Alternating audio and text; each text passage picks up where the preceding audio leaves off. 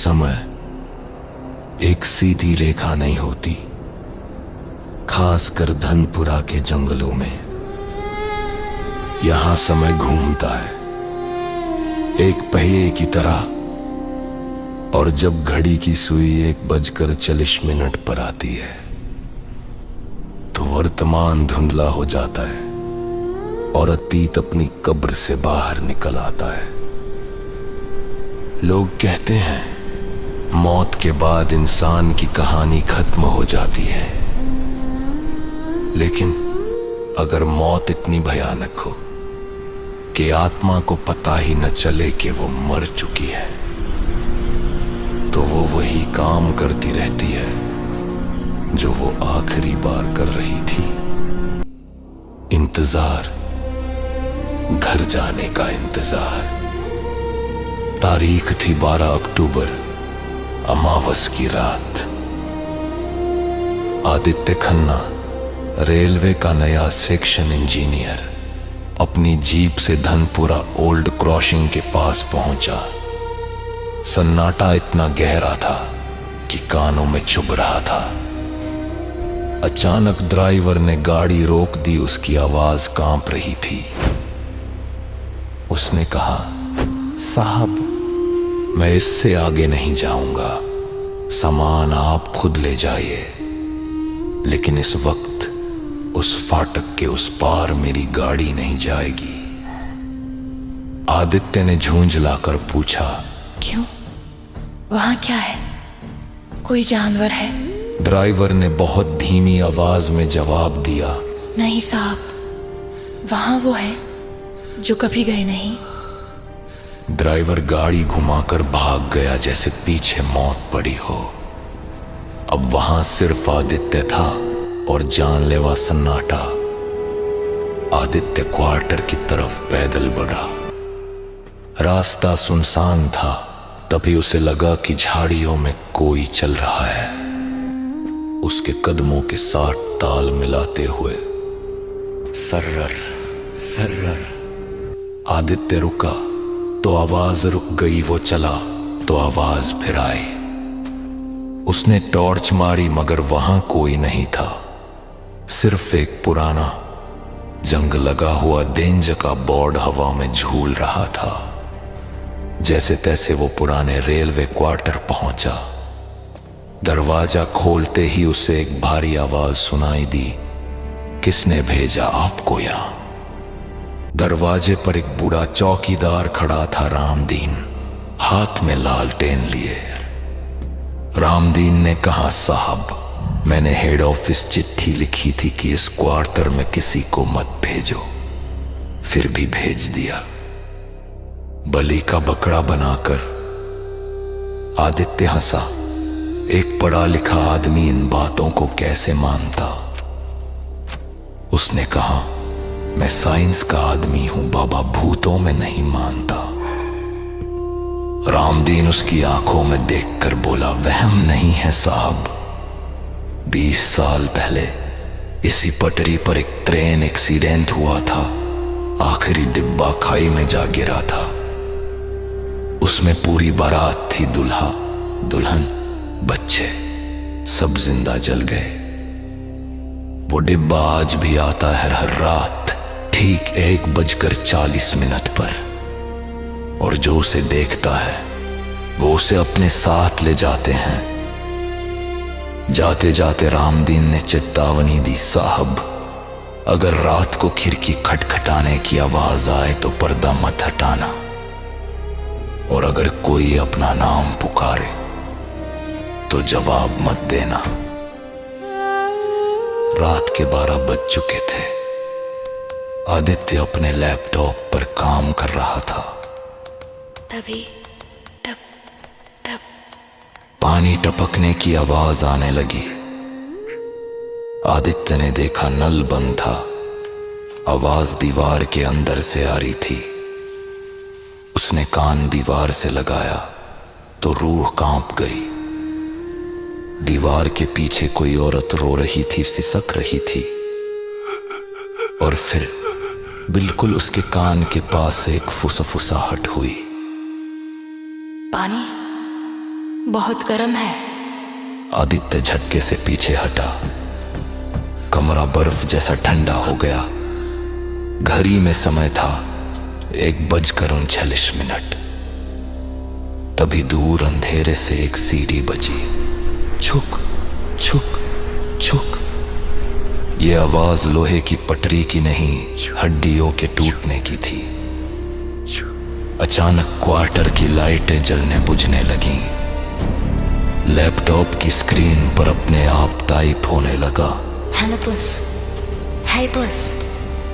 और ठीक 1:40 पर बाहर से एक तूफान गुजरा। फिर रज्जा कांपने लगे।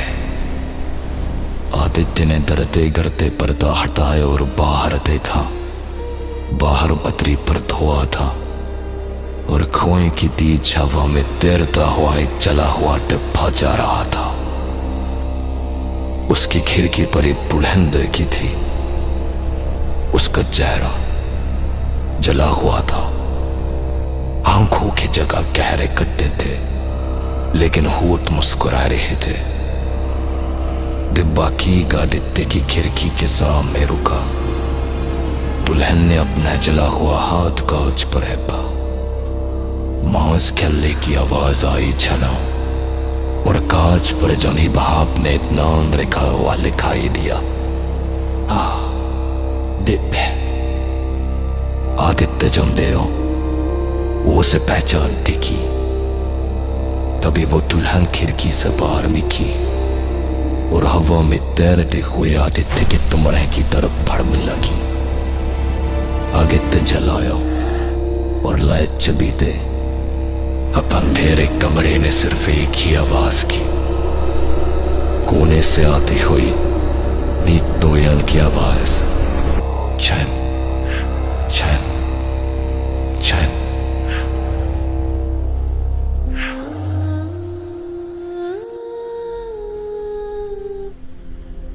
अगली सुबह सूरज तो निकला, लेकिन धनपुरा की उस पुरानी हवेली में रोशनी नहीं पहुंची।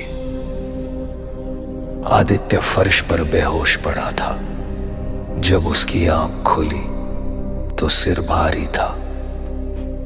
उसे लगा कि कल रात जो हुआ वो सिर्फ एक बुरा सपना था। शायद थकान का असर था। वो उठकर खड़ा हुआ और खिड़की की तरफ गया। उसी खिड़की की तरफ जहां उसने उस दुल्हन को देखा था। उसने सोचा था कि वहां कुछ नहीं होगा, लेकिन जैसे ही उसने पर्दा हटाया, उसके पैरों तले जमीन खिसक गई। खिड़की के कांच पर बाहर की तरफ से एक काले जले हुए हाथ का निशान छपा था। वो निशान धूल का नहीं था।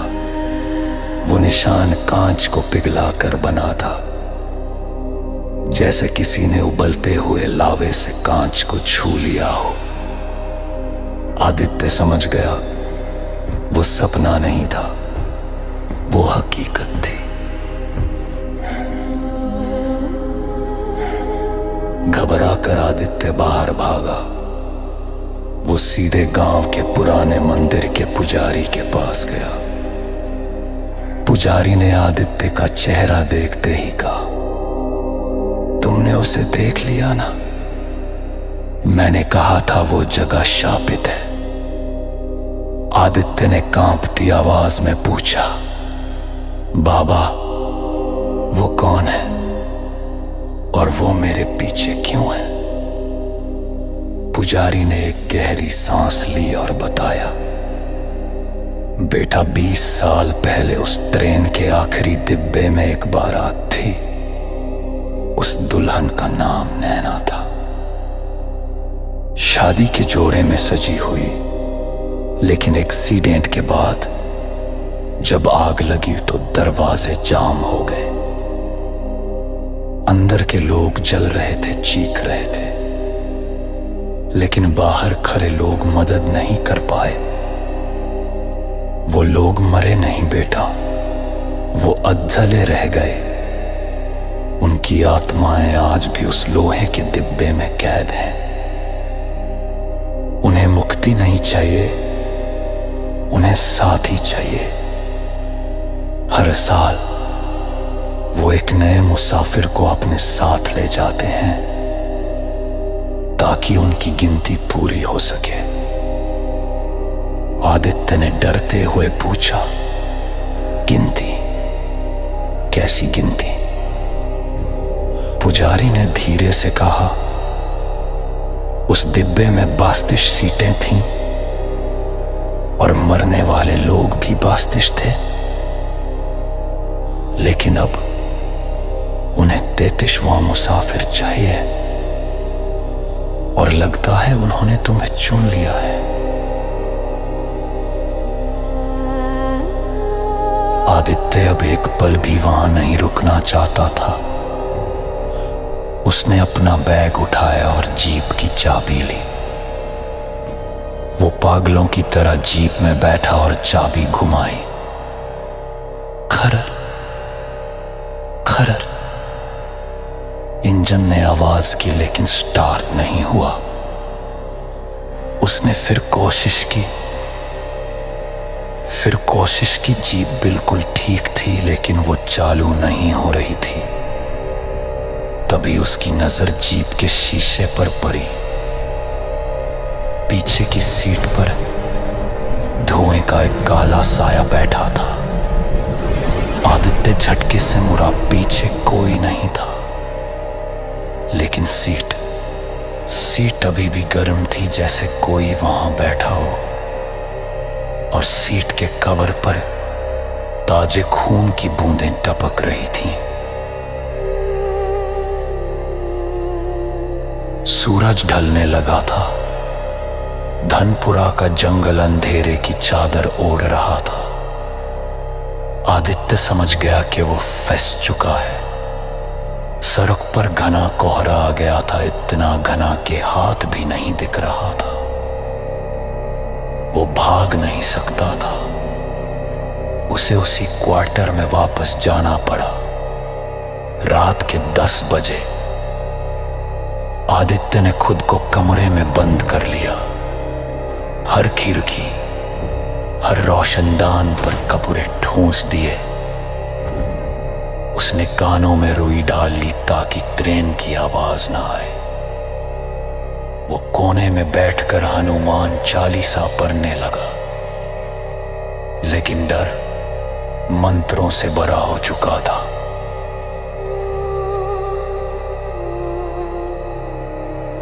समय बीतता गया।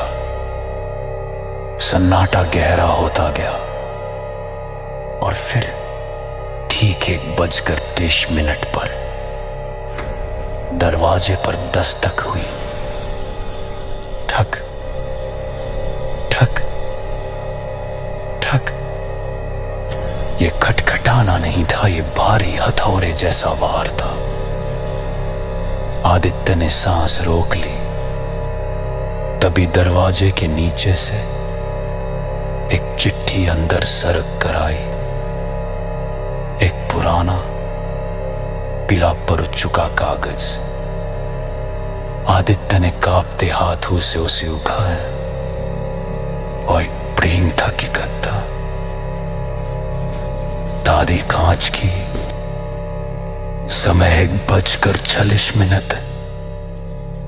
यात्रे कन्ना आदित्य कन्ना सीट नंबर 26। चिकत हाथ में आते ही आदित्य का दिमाग सुन पड़ गया। उसकी आंखों की पुतलियां सफेद हो गई। अब वो अपने वश में नहीं था। बाहर से उस ट्रेन की सीटी बजी। छुक छुक छुक। इस बार आवाज में दर्द नहीं था, एक बुलावा था। आ जाओ। आदित्य उठा। उसने दरवाजा खोला।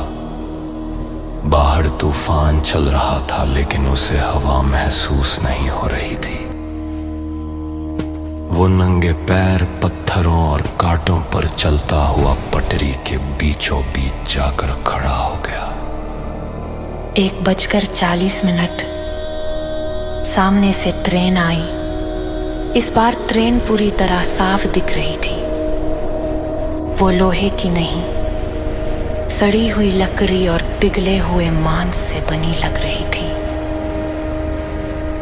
इंजन पर नंबर लिखा था डेथ होवन। ट्रेन उसके ठीक सामने रुकी। ब्रेक लगने की आवाज किसी जानवर के चिल्लाने जैसी थी। आखिरी डिब्बे का दरवाजा खुला। अंदर से सड़े हुए फूलों और जलने की भीषण बदबू आई। आदित्य धीरे धीरे सीढ़ियां चढ़ा। जैसे ही उसने डिब्बे के अंदर कदम रखा, मंजर रूह कंपा देने वाला था। अंदर की सीटें इंसानी चमड़ी से मरी हुई थीं। हर सीट पर एक यात्री बैठा था, जला हुआ काला बिना आंखों वाला। वो सब चुप थे, बिल्कुल शांत। जैसे ही आदित्य अंदर आया, उन सब ने एक साथ अपनी गर्दन घुमाई। खड़क खड़क। बास्तिश जोड़ी खाली आंखें अब आदित्य को देख रही थीं।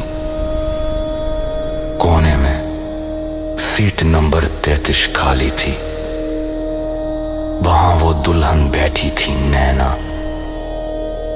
उसने अपनी गोद खाली की और इशारा किया। आदित्य वहां गया और बैठ गया। दरवाजा बंद हुआ, धड़ाम। और फिर उन बास्तिश मुर्दों ने एक साथ तालियां बजानी शुरू कर दी। ट्रेन चल पड़ी अंधेरे की तरफ, हमेशा के लिए।